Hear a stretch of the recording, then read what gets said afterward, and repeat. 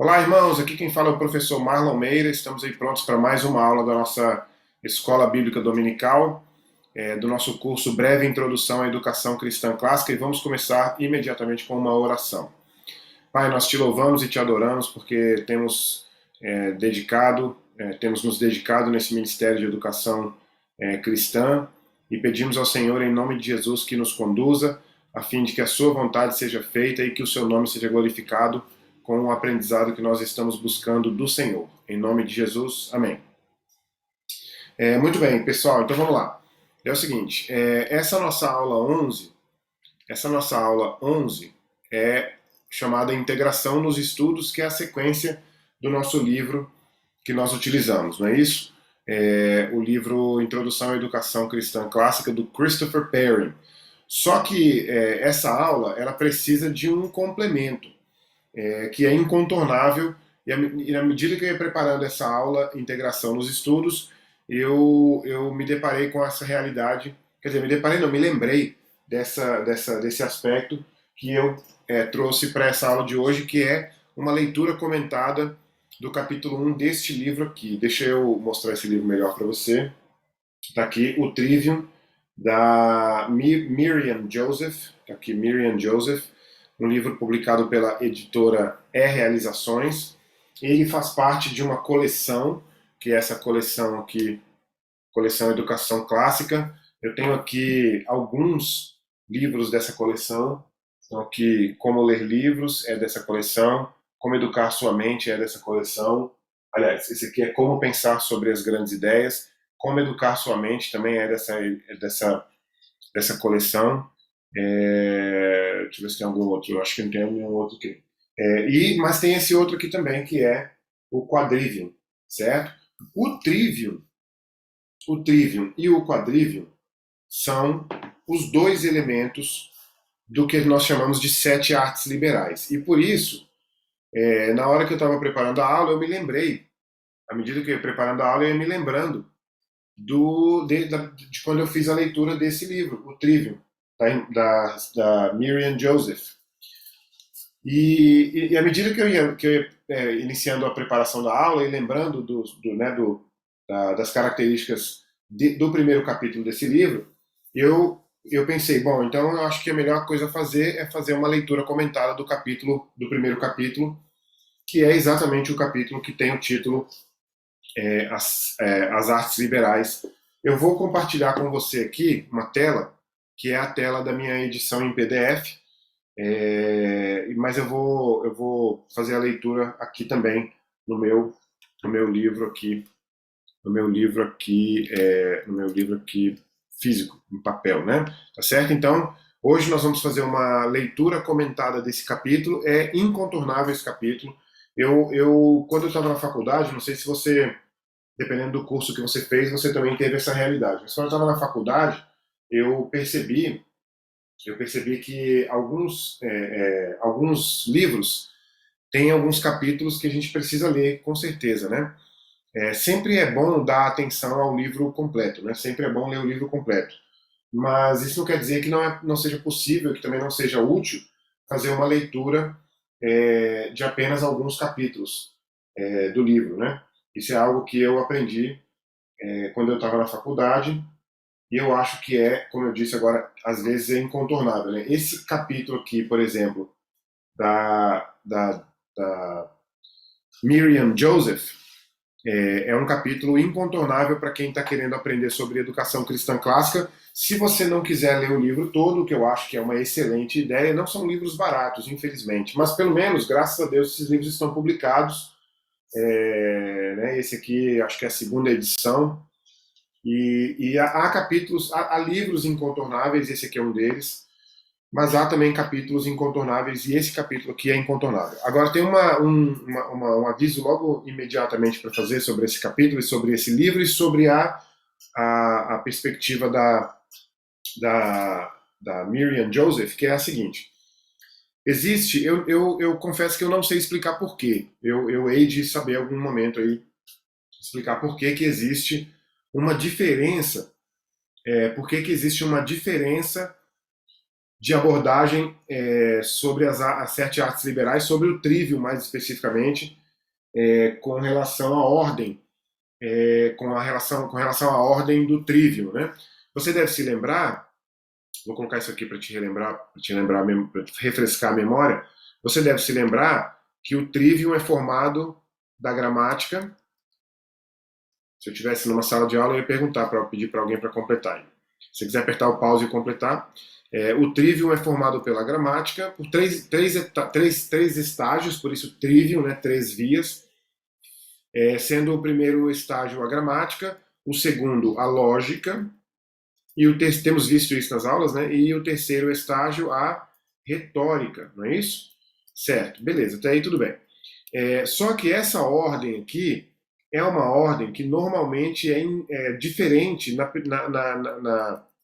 é diferente como é que eu posso dizer isso? Na orientação católica ou na história ou na perspectiva católica. Por alguma razão que eu ainda realmente pretendo entender melhor, que não está muito clara, não está exatamente clara e pelo menos não está também muito justificada, na perspectiva católica, a ordem é a gramática, a retórica e a lógica. Como nós somos protestantes, evangélicos, e nós tendemos a seguir a nossa orientação do trivium a partir. Deixa eu ver como é que eu aperto aqui. A partir. A nossa renovação da educação clássica no seio da igreja protestante, né, da igreja evangélica, tem tido a sua origem, tem reconhecido a sua origem lá na Dorothy Sayers. Então, o que acontece? A Dorothy Sayers, ela entendia o trivium nessa ordem aqui. Certo? Vou até apagar isso aqui e colocar junto aqui. A Dorothy Sayers entendia o trivium nessa ordem aqui, certo? Que é a gramática, a lógica e a retórica. E ela explica isso, obviamente, do ponto de vista pedagógico, do ponto de vista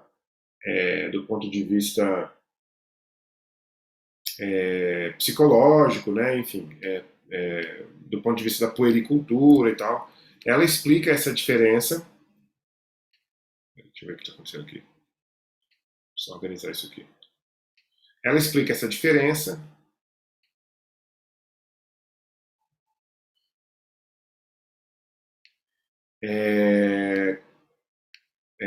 Ela utiliza essa ordem, quer dizer, com base na psicologia e na pedagogia. Já a Miriam Joseph, duas mulheres, hein? Miriam Joseph vai abordar o trivium segundo essa perspectiva aqui, gramática, lógica, retórica e lógica. Isso não vai fazer exatamente muita diferença para nós hoje, nessa nossa aula de hoje, porque o que nós pretendemos fazer aqui hoje é entender isso daqui, ó. Isso daqui. A nossa intenção hoje é entender a integração dos estudos, tá certo? E também sobre essa questão da integração dos estudos, eu quero fazer um comentário aqui.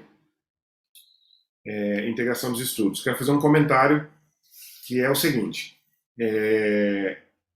Se você pensar, por exemplo, aliás, eu vou falar sobre isso mais para frente, do quadrivium e o quadrivium são 4 disciplinas e as disciplinas que vêm do quadrivium. A geografia, por exemplo, não está no quadrivium, mas vem da geometria. Mas o que eu quero dizer é que existe uma tendência da educação moderna de fragmentar as disciplinas e dar a elas um crédito não, uma atenção como se elas fossem individuais. Isso você pode observar, para quem fez ou faz mestrado e doutorado, né, pode observar no grau, que eu acho que é muito grande, muito alto, de especificidade. Né? Já vi brincadeiras assim, fulano de tal é especialista na borda do copo. Né? É claro que é uma brincadeira para mostrar que, assim, por que ele não é especialista no copo? Ou por que ele não é especialista em objetos de cozinha, né? Mas por que ele vai ser um especialista, um doutor na borda do copo? Né? Ou seja, existe essa tendência na educação moderna de fragmentar as coisas. E é claro que eu vejo isso como um projeto espiritual muito maior. As pessoas às vezes pensam que o que acontece na Terra é orientado apenas pela mente humana, né? Mas eu tenho certeza que isso não é verdade. Eu tenho certeza que o que acontece na Terra também é orientado também é orientado, quer dizer, é orientado numa grande medida pelo que acontece no âmbito espiritual. E, obviamente, que essa fragmentação dos conteúdos atrapalha o aprendizado das coisas como um todo. E essa ideia de tirar a perspectiva das coisas como um todo é tirar a perspectiva de Deus, porque Deus cria todas as coisas. Né? Todas as coisas que são feitas pelo ser humano, né, pela inteligência humana, são feitas a partir de matérias-primas que foram criadas por Deus. Por isso é que, inclusive, eu chamo o meu curso de História Mundial, não de História Mundial e nem de História Geral e nem de História Global. Eu não gosto desses três nomes porque eu prefiro o nome História da Criação. Ou seja, é a história de todas as coisas que existiram e existem.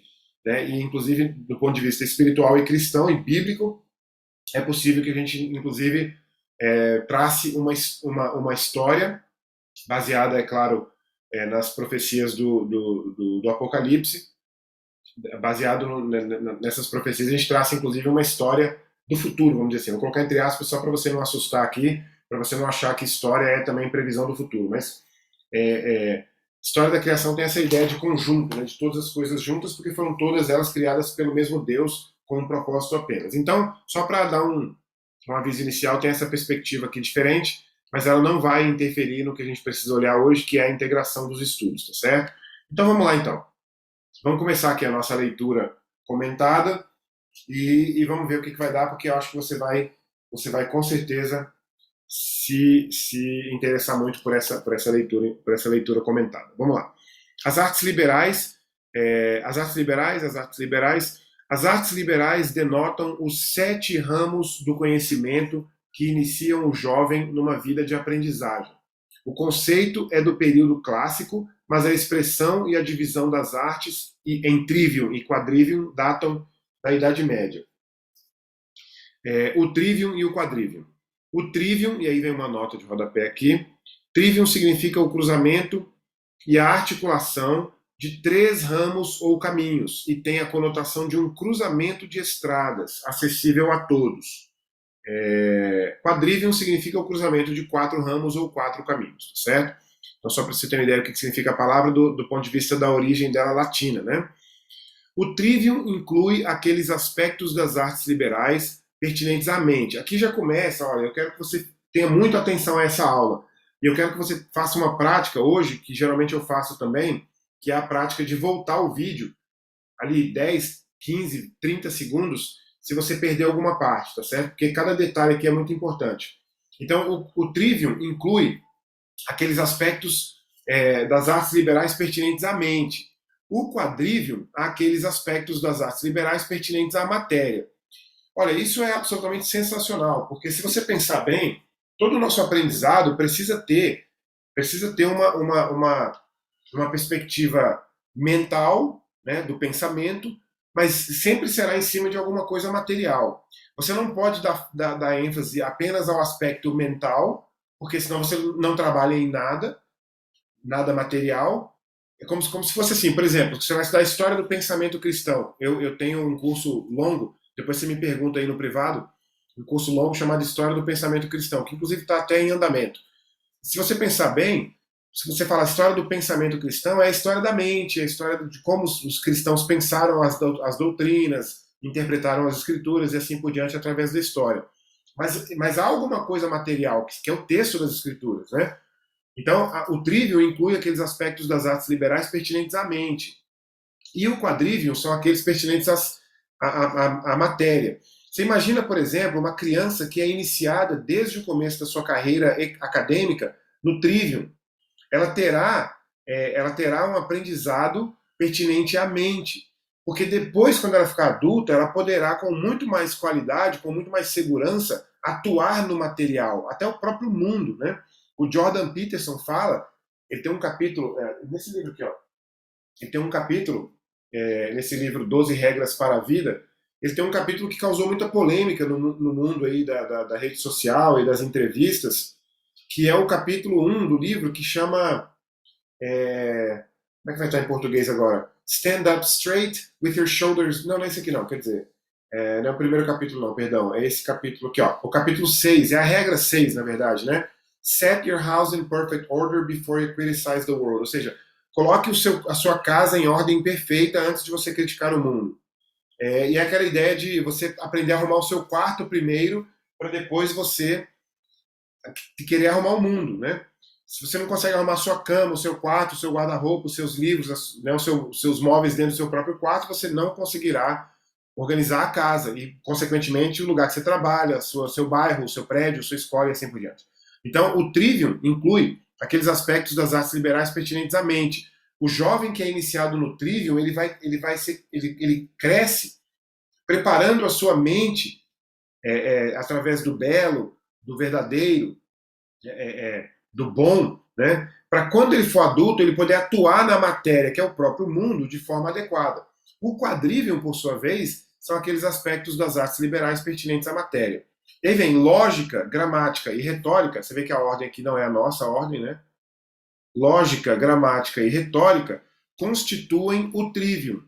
Aritmética, música, geometria e astronomia constituem o quadrivium. Então aqui a gente tem aí uma lista das 7 artes liberais. Então, lógica, gramática e retórica, o trivium, as 3 primeiras artes liberais, aritmética, música, geometria e astronomia, constituindo o quadrivium, completando, portanto, as 7 artes liberais.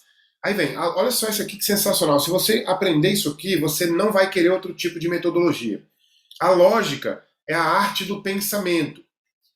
Não importa a ordem que venha, tá? Se você lembrou comigo aqui que a gente tem uma ordem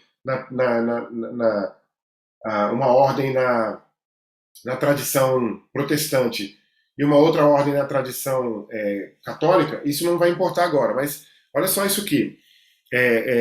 Olha que sensacional isso. A lógica é a arte do pensamento. A gramática, a arte de inventar símbolos e combiná-los para expressar o pensamento. É impressionante isso, porque você não poderá, ou não faria, né, vamos dizer assim, você não poderá, ou você não faria, você não se expressaria.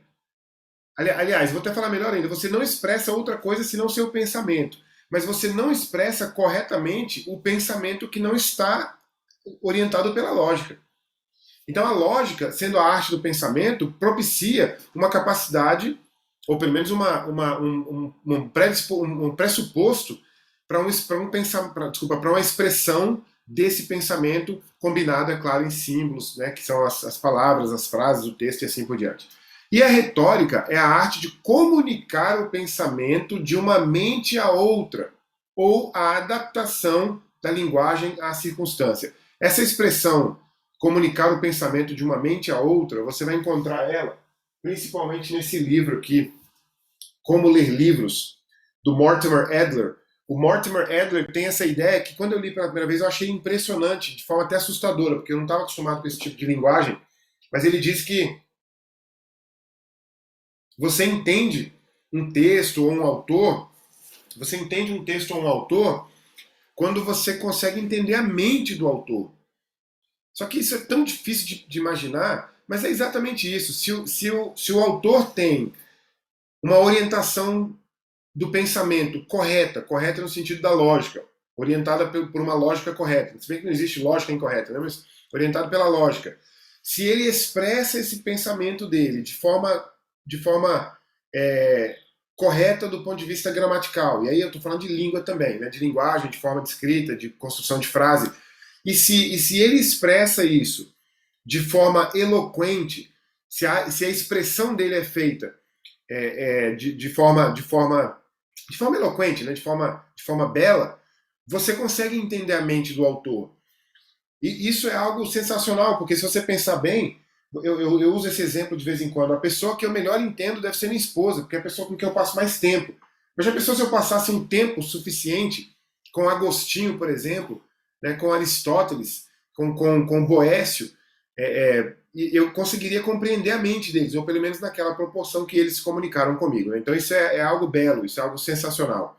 E aí vamos para o quadrivium. A aritmética, olha isso aqui que sensacional isso. A aritmética ou a teoria do número, a aritmética ou a teoria do número e a música, que é uma aplicação da teoria do número. Olha que fantástico. Se a aritmética é mais teórica, A música é na prática, ela é a aplicação da teoria do número, né? Ou seja, é a medição de quantidades discretas em movimento. Essas são as artes da quantidade, certo? Da quantidade discreta ou do número. Agora, olha que coisa incrível. A geometria ou a teoria do espaço, daí você sai da perspectiva da imaginação numérica para o espaço, né? Para o espaço real. A geometria ou a teoria do espaço e a astronomia, que é uma aplicação da teoria do espaço, porque você está imaginando espaço no sentido de que os astros estão colocados no lugar adequado, numa determinada distância, e cada um tem a sua função e a sua atuação. Então, a geometria, ou a teoria do espaço, e a astronomia, que é uma aplicação da teoria do espaço, são as artes da quantidade contínua, ou da extensão. Então, só esse parágrafo aqui, dá para nós uma dimensão impressionante do que vem a ser, do que vem a ser, do que vem a ser as artes liberais, o trivium e o quadrivium, certo? Mas ainda há coisas muito mais interessantes aqui nesse texto. O trivium, aí vem um quadro aqui, o trivium, as três artes da linguagem pertinentes à mente. Quais são elas? A lógica, que é a arte do pensamento, a gramática, que é a arte de inventar e combinar símbolos, e a retórica, que é a arte de se comunicar. O quadrivium são as quatro artes da quantidade pertinentes à matéria.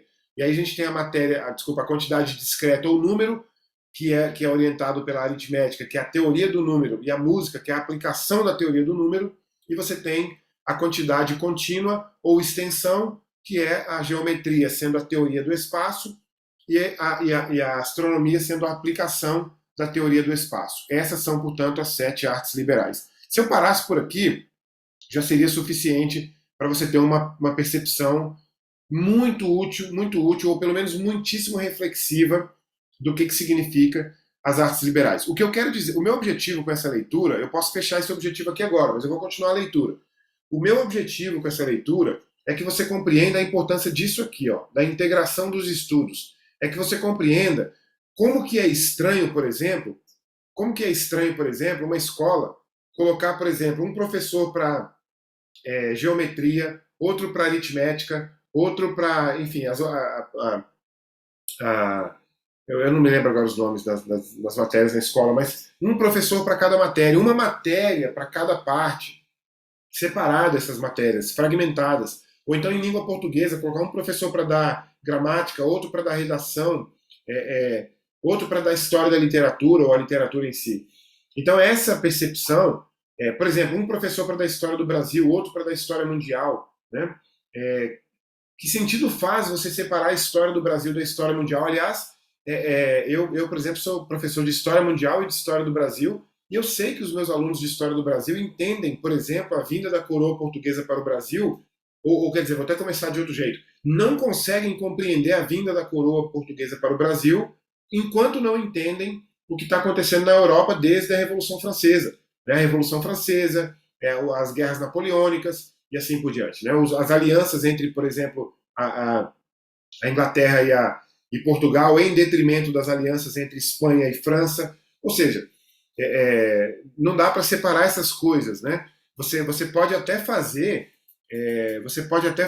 isso em muitos anos, né? E deve fazer, mas eu não entendo por que separar, por que fragmentar, por que compartimentalizar essas coisas, né? Isso é exatamente uma perspectiva da educação moderna diferente da perspectiva da educação clássica. Essas artes da leitura, da escrita e do cálculo formaram a base tradicional da educação liberal, cada uma constituindo tanto um campo do conhecimento, quanto a técnica. Olha que sensacional! O campo do conhecimento e a técnica para adquirir esse conhecimento. Porque aliás, a palavra técnica aqui, ela não é gratuita. A palavra técnica que vem do grego técne, que é a palavra que para latim foi traduzida como arte. Então, a gente pensa em arte, eu não tenho autoridade para falar sobre arte, mas eu tenho essa percepção de que a arte não é uma expressão qualquer da mente de uma pessoa. Porque a arte tem técnica. Eu estou até assistindo algumas lives do professor Luiz Carreira, e ele vem dizendo, inclusive pretendo ler o livro dele lá sobre o Van Gogh, e ele vem dizendo que o Van Gogh não era um artista por acidente, a capacidade artística dele não caiu no colo dele, ele não acordou numa manhã e teve uma epifania artística. Ele tem técnica, ele tem método, ele tem ele tem esforço, ele tem perseverança, né? Porque tem técnica, ou seja, você tem um campo do conhecimento e uma técnica para adquirir esse conhecimento. Né? Então essas são as artes liberais, essas são as 7 artes liberais.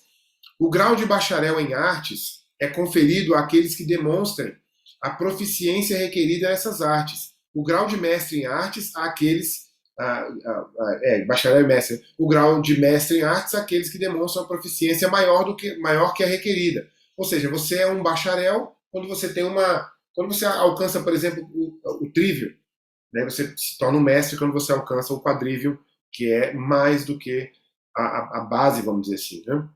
Hoje, como em séculos passados, o domínio das artes liberais é amplamente reconhecido como a melhor preparação para o estudo nas escolas de formação profissional, tais como as de medicina, direito, engenharia ou teologia. Aqueles que primeiro aperfeiçoam suas próprias faculdades através da educação liberal estão, deste modo, mais bem preparados para servir aos outros em sua capacidade profissional. Como eu falei agora há pouco, né? Você é formado nas artes da mente e depois você atua corretamente com a técnica nas artes da matéria. Né? As 7 artes liberais diferem essencialmente das muitas artes ou ofícios utilitários, tais como carpintaria, alvenaria, vendas, impressão, edição, serviços bancários, direito, medicina ou o cuidado das almas. E das 7 belas artes, arquitetura, música instrumental, escultura. Por isso que a gente acha que música é uma coisa e a gente nunca sabe que música tem uma outra conotação também, né? Fora das 7 artes, das 7 belas artes, ela vai ter uma conotação, uma característica do quadrívio das artes liberais, né? A escultura, pintura, literatura, teatro e dança. Pois tanto as artes utilitárias como as belas artes são atividades transitivas. Olha como isso é impressionante. Enquanto a característica essencial das artes liberais é que elas são atividades imanentes ou intransitivas. É por isso que a gente erra com a educação. Por isso que a gente erra com a educação. Porque a gente considera a educação como um meio. Mas a educação não é o meio. A educação é o fim em si mesmo. É claro que se você pensar, por exemplo, que alguém precisa de uma profissão e poderia, eu não concordo, mas poderia aprender essa profissão através da escola, aí sim você poderia colocar a educação como meio. Mas a educação é o fim, a vida é a educação. Você não deixa de aprender, não deixa de se educar. E por isso que ela é uma atividade imanente ou intransitiva. Você não se educa para os outros. Ontem eu ouvi, inclusive, numa entrevista do Rodrigo Gurgel com o próprio Luiz Carreira, que eu mencionei agora há pouco, exatamente isso. Você não tem que ler para ninguém, você não tem que ler por causa de alguém, você não tem que ler a lista que a pessoa te ofereceu. Eu sou uma pessoa que considero listas algo importante, mas é porque algumas pessoas, e eu, por exemplo, preciso de alguma orientação de quem entende melhor do que eu. Mas eu não leio para os outros, eu leio para mim, eu aprendo para mim. Como fim em si mesmo, né? Não como meio. Né?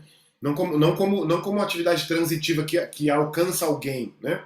É claro que eu posso alcançar alguém com o meu conhecimento, mas a educação não deve ser considerada como um meio. Ela é o próprio fim. Né?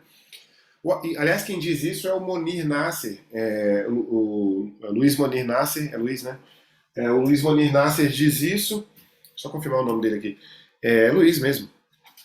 Eu não gosto de errar o nome, porque. Não era Luiz, tá vendo? José, tô com o nome Luiz Carreira na cabeça. José Monir Nasser. Ele diz isso numa das suas palestras, ele diz que a educação é um fim em si mesmo, né? Ou seja, você se educa para si mesmo. Né? Enfim, o artista utilitário produz utilidades que atendem às necessidades do homem. O artista de uma das belas artes, se for de superlativa categoria, produz uma obra que é algo de belo e uma alegria para sempre. Inclusive é uma citação isso de quem? Do John Keats, do poeta, né?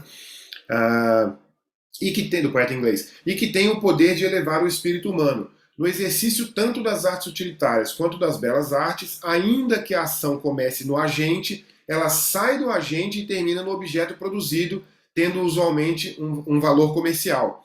Portanto, o artista é pago pelo trabalho ou pela obra. No exercício das artes... agora comecei a arrepiar. No exercício das artes liberais, todavia, a ação começa no agente e termina no agente. que é aperfeiçoado pela ação. É como se eu fosse o próprio objeto da minha educação. Eu me educo. Eu ajo buscando a educação e eu sofro a, a, a ação né, como passivo, como paciente. Né? Eu sou o agente e o paciente dessa ação da educação. Aliás, esse é o título, Como Educar Sua Mente, né? Que veio para português, da Susan Bauer, veio como Educar Sua Mente. Em inglês, o título original é A Mente Bem Treinada, A Mente Bem Educada, né? Mas o título em português também, apesar de não ser o mesmo, não é ruim. Portanto, aqui, ó, ele é aperfeiçoado pela ação. Consequentemente, o artista liberal, longe de ser pago pelo seu trabalho árduo, do qual, aliás, é o único a receber todo o benefício. Como que eu posso ser pago para um trabalho que vai ter benefício só para mim, né? Usualmente pagam um professor para que este lhe dê a instrução e o guiamento necessários na prática dessas artes liberais.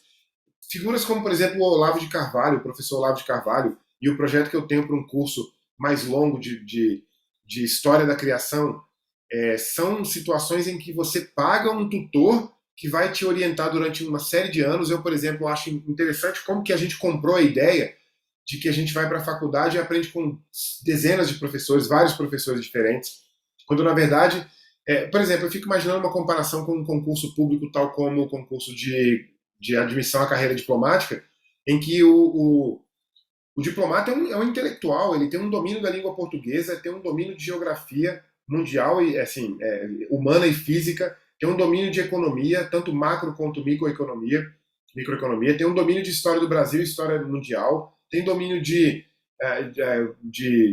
3 idiomas pelo menos, né, de alguma noção de direito também. E aí uma pessoa vai dar aula para você e você fala assim, mas eu vou procurar um professor de história do Brasil, de história internacional. Ora, essa pessoa, ela passou num dos concursos mais difíceis que existe e ela consegue ter o domínio nessas áreas todas, né? Então ela é a pessoa adequada para ser o seu tutor em todas as áreas desse objetivo, né? E eu tenho essa impressão também é que o professor Olavo de Carvalho, por exemplo, tem essa característica, né? É um tutor que conduz os seus discípulos ao conhecimento, à intelectualidade e assim por diante. O caráter intransitivo das artes liberais poderá ser entendido melhor a partir da seguinte analogia. Analogia, o caráter intransitivo das artes liberais. O carpinteiro aplana a madeira, a rosa floresce. A ação de um verbo transitivo, como aplana, começa no agente, mas cruza e termina no objeto que é a madeira. A ação de um verbo intransitivo, como floresce, começa no agente e termina no agente. A rosa é a rosa que se aperfeiçoa para florescer. É como aquela frase que eu ouvi, eu acho que eu ouvi essa frase não sei se foi do Mortimer Adler, mas eu acho que eu ouvi ela no Jordan Peterson também, que diz assim, o médico pode ajudar o paciente, mas no final das contas quem melhora é o paciente. Né? Eu acho que isso é uma percepção do Sócrates na própria República. Na República, eu acho que o Sócrates fala sobre isso, sobre criação de cavalos. Né? O criador de cavalos cria os cavalos, mas no final das contas são os cavalos que crescem e se desenvolvem. Né? Sensacional, né?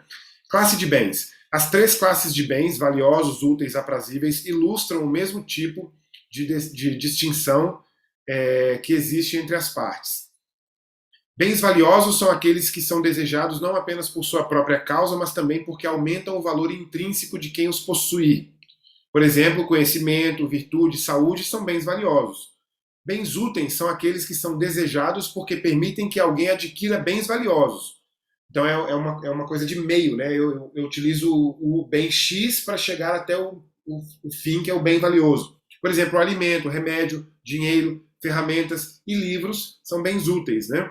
O livro não é um bem valioso em si, mas eu utilizo o livro como um bem útil para alcançar o bem valioso. Por exemplo, o conhecimento, por exemplo, a virtude, né? No caso do alimento, por exemplo, a saúde e assim por diante. E os bens aprazíveis são aqueles bens que são desejados por si mesmo em função da satisfação que dão a quem os possuir. Por exemplo, felicidade, uma reputação honrada, prestígio social, flores, a comida saborosa, são todos esses bens aprazíveis. Eles nada acrescentam ao valor intrínseco do possuidor e nem são desejados como meio para alcançar nada, ainda que possam ser associados a bens valiosos e úteis. Por exemplo, o conhecimento, que acrescenta valor, pode ao mesmo tempo ser prazeroso. O sorvete, que é um alimento nutritivo e, portanto, promove a saúde, é ao mesmo tempo agradável. As artes utilitárias ou servis permitem que alguém seja um servidor ou de outra pessoa, do Estado, de uma corporação, de uma profissão e que ganhe a vida. As artes liberais, em contraste, ensinam como viver. Elas treinam as faculdades as faculdades, a mente, né, e as aperfeiçoam. Elas permitem a uma pessoa elevar-se acima do seu ambiente material. Essa aqui é uma expressão muito parecida com Mortimer Adler.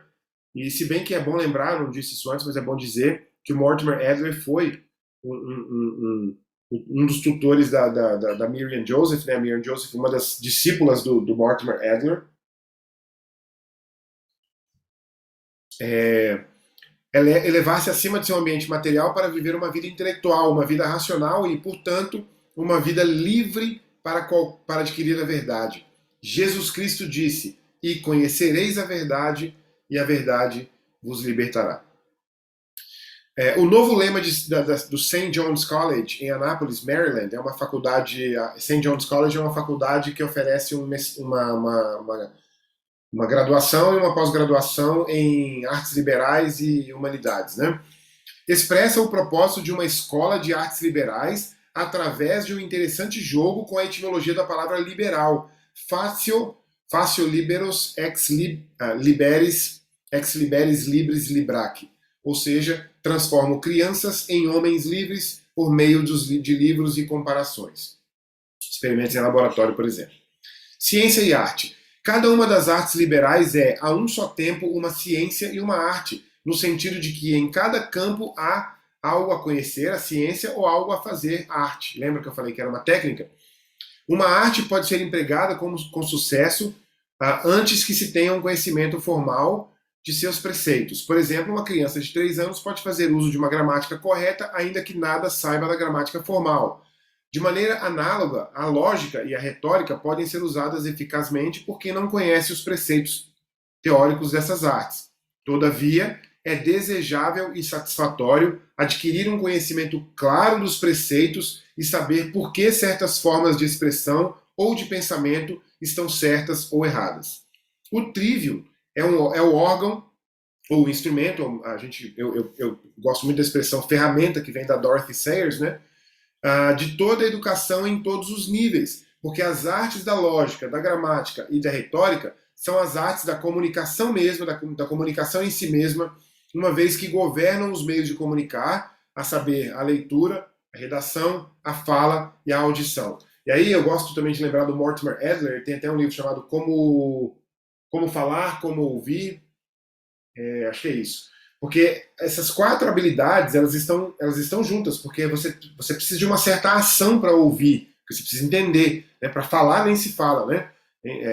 Para escrever também não, e para ler também, porque ler é uma forma de ouvir, mas você tem que ter alguma, você age em cima daquilo que você lê, né? Não é uma atividade passiva, né? Como se parece às vezes o ouvir, né?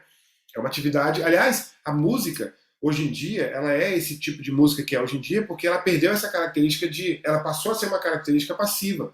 A gente ouve música por mera distração. Eu faço isso também. Às vezes estou ouvindo música para fazer outra coisa. Mas a música, quando você ouve a música e você pensa sobre ela, você consegue refletir se a música faz sentido ou não, se a música é correta ou não. Se a música, onde a música toca, que espécie de toque ela tem em você, né? Eu posso dizer isso da minha experiência de adolescente, porque eu ouvia punk rock, heavy metal na minha adolescência, ainda ouço, mas eu hoje em dia não consigo mais ouvir mais que um disco inteiro, né, ou de repente 1 hora inteira. Né? O pensamento é inerente a essas 4 atividades. A leitura e a audição, por exemplo, apesar de relativamente passivas, envolvem pensamento ativo, pois concordamos ou discordamos daquilo que lemos ou ouvimos. O trivium é usado essencialmente quando exercitado na leitura e a composição.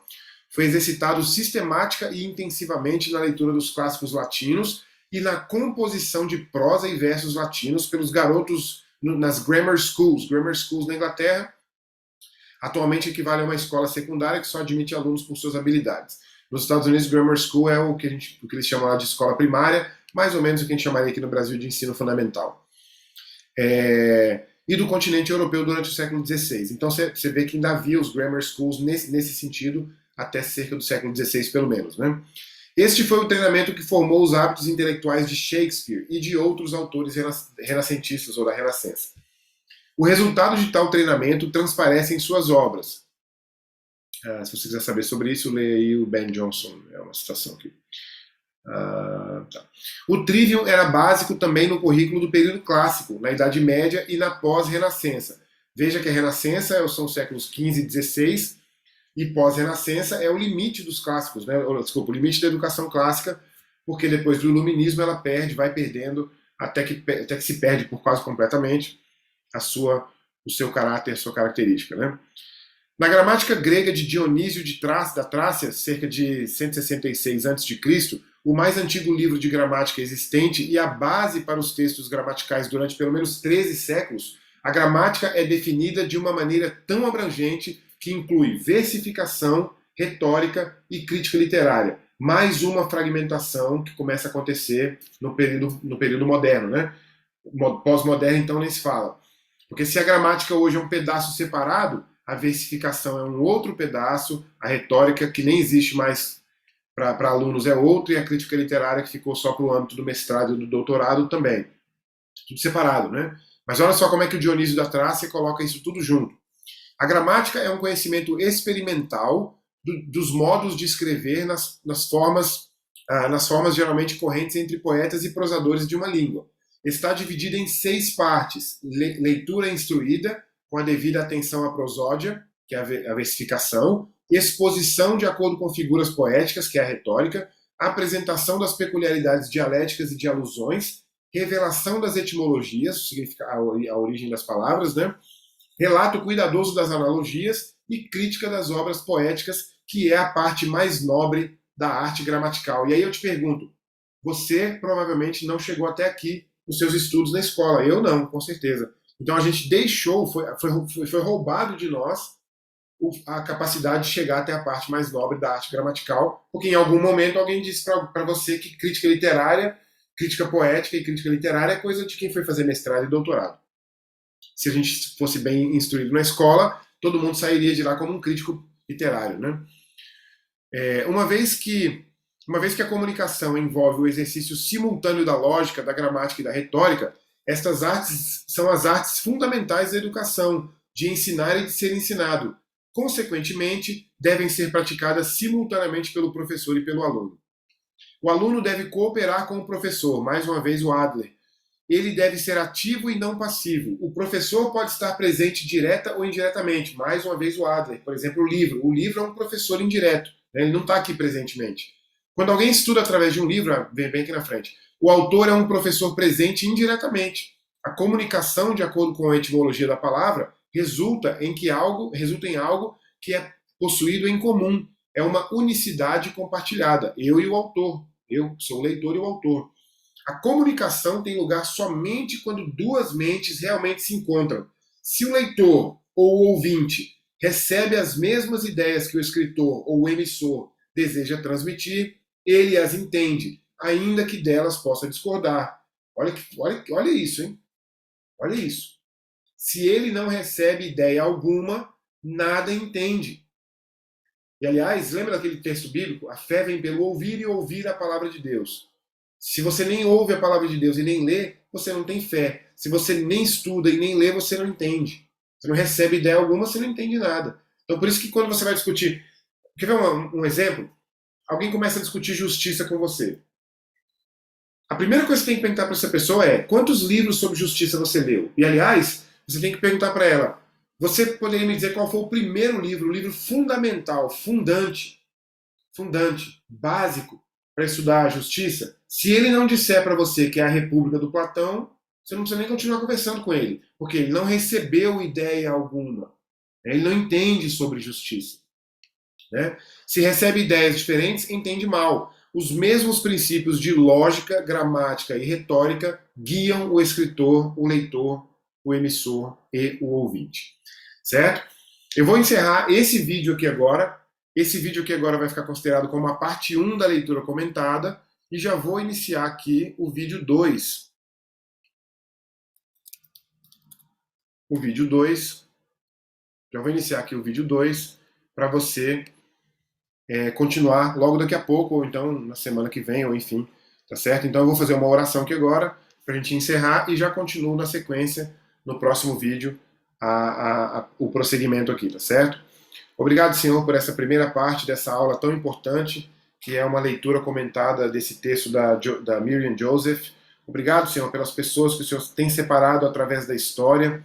Obrigado, em nome de Jesus, pelo renascimento da educação cristã clássica nos Estados Unidos e agora no Brasil. Obrigado pelas pessoas que estão hoje estudando, ensinando, aprendendo.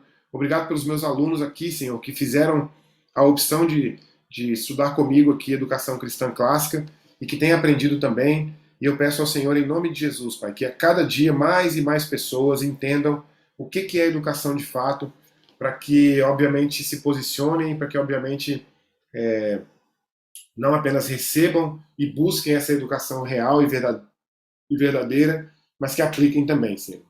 Essa é a nossa oração, em nome de Jesus. Amém. Então tá certo, vou encerrar esse vídeo aqui, e logo mais você pode vir para o próximo, tá certo?